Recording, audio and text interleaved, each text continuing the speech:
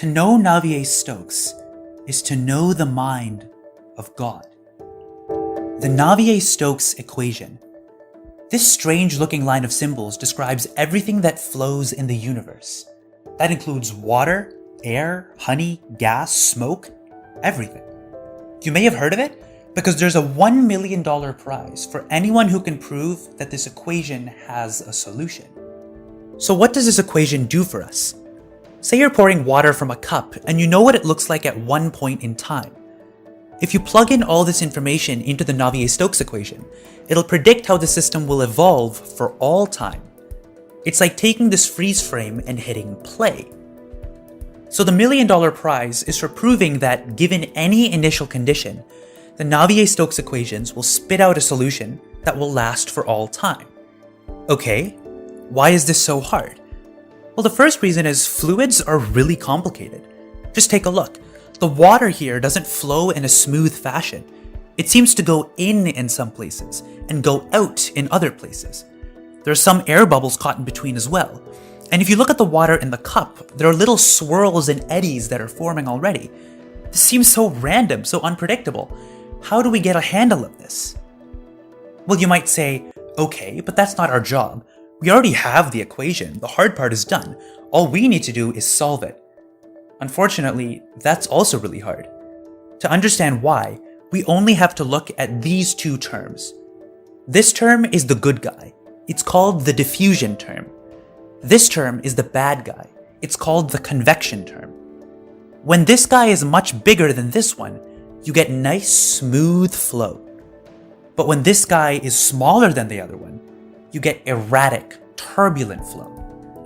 This equation, therefore, is a constant push and pull between these two extremes. If we just deleted the bad term, we'd be able to solve the equation in minutes. Of course, we can't just do that, but we can do the next best thing, make the bad term as small as possible. That is, look at cases where the diffusion term is a lot bigger than the convection term, and there are two cases in which this would happen. 1. If the fluid is very slow. Here, the velocity v would be very small, much less than 1. So the convection term would be like v squared, which is much, much less than 1. In this case, the good guy overwhelms the bad guy, and we win. This was the result of a groundbreaking paper in 1964 by mathematicians Fujita and Kato from Japan. They proved that if you start off with a slow enough velocity field, then there exist smooth solutions to the Navier-Stokes equations. Now, the definition of slow enough is quite technical, but that's what the paper's for. 2. The fluid only has turbulence at a small scale. That is, you can only see the turbulence if you zoom in really close. What would we expect if we pressed play? Well, we'd expect all of these super small wrinkles to even out.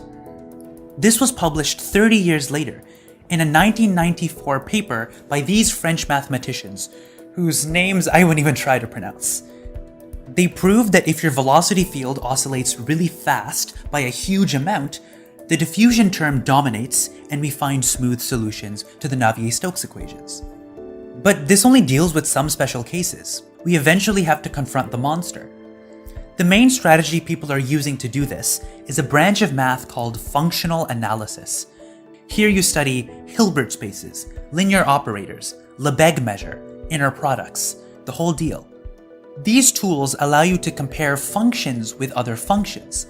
For example, we know what it means for a number to be bigger than another number, but what does it mean for a function to be bigger than another function?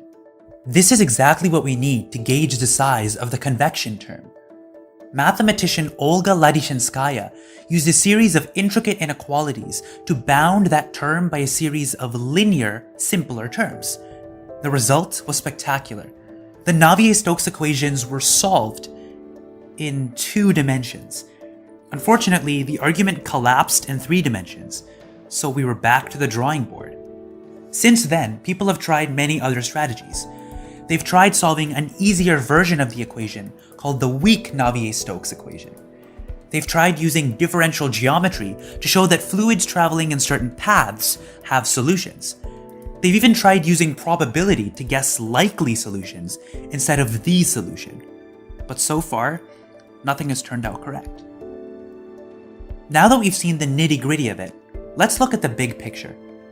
On one hand, we can think of this as just a math puzzle trying to solve an equation, but really, it's something much more profound. My physics professor in second year put it like this: solving Navier-Stokes is like solving someone's personality. This equation describes everything that flows, ever. Air, water, ketchup, gas, smoke.